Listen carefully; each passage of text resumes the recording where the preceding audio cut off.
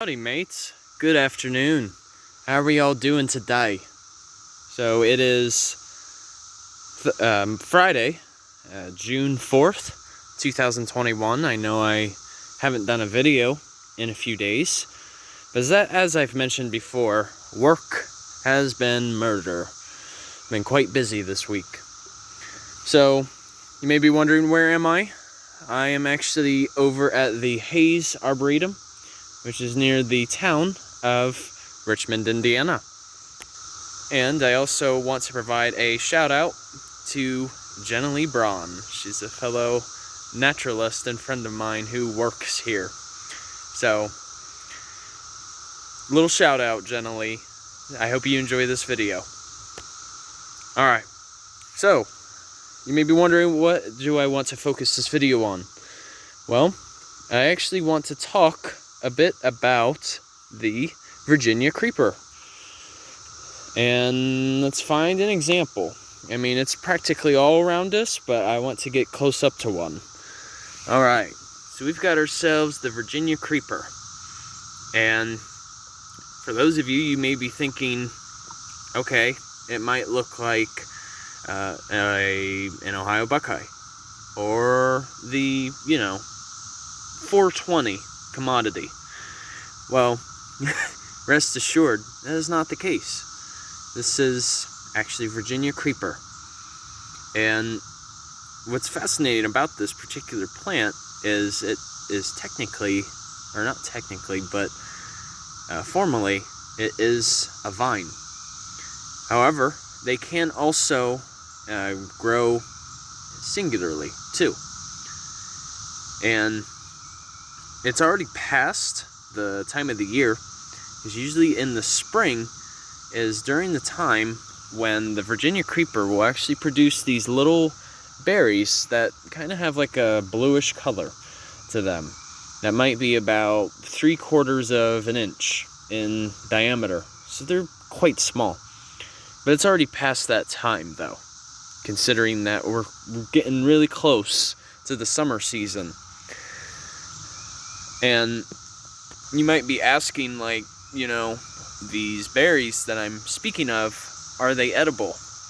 Well, I hate to be the bearer of bad news, but they are inedible. Because among consumption, you are bound to experience a number of, symptoms that we do not desire, which could include diarrhea, vomiting, and those are some of the major symptoms. But so, in other words, it's recommended to not eat the berries. Let the fellow homies eat them, because they have a separate metabolism that allows them to process oxalic acid, whereas we cannot. So what's fascinating about the Virginia creeper is if it gets up to a tree, let's see if we can find an example. I may have walked past one. Okay, here we go. Perfect. Yeah, so you can see right here, it's already acting as a vine. And with that being said, the first thing that might come to mind is it really harmful for the tree? No, it actually isn't. Basically, the Virginia creeper is just using this as a base to get more sunlight. And not only that, but it's also an ornamental plant too. It's highly popular. And that's the case because as opposed to other vines, most other vines, they'll actually, like the roots, they'll actually insert themselves into a building structure, thus causing damage to the building. However, Virginia creeper is a bit different. In this case, this particular plant, under the leaves especially, they have like a resin on them, on the particular leaves, that allow them to latch on to whatever structure it is that they are relying on. And with that being said, there's no harm that is done to the building whatsoever. And they're also deciduous too. So they'll, like all the other trees around here, they'll lose their leaves and they'll just start again. So you could say that these are essentially perennials in a sense, since they come back every year. But yeah, they really mean no harm, no foul. But yeah, they're practically everywhere. And usually, Virginia creeper is very closely associated with poison ivy. You may be thinking, like, what exactly is the difference?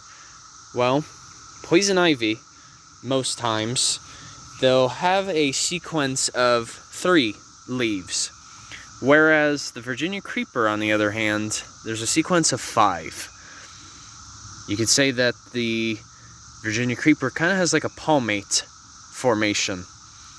And the leaves, too, as you can see, are very coarsely toothed or serrated.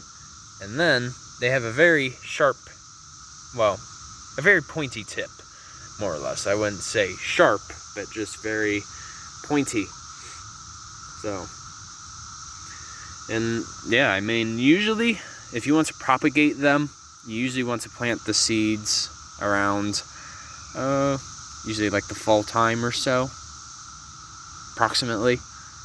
So, I mean, they can cause some skin rashing, but not as much as that of poison ivy. Poison ivy is a bit worse. So, alrighty. Thought I would share that with you guys. Hope you learned something. And once again, Journey on a Journey is outwards. Take care, folks.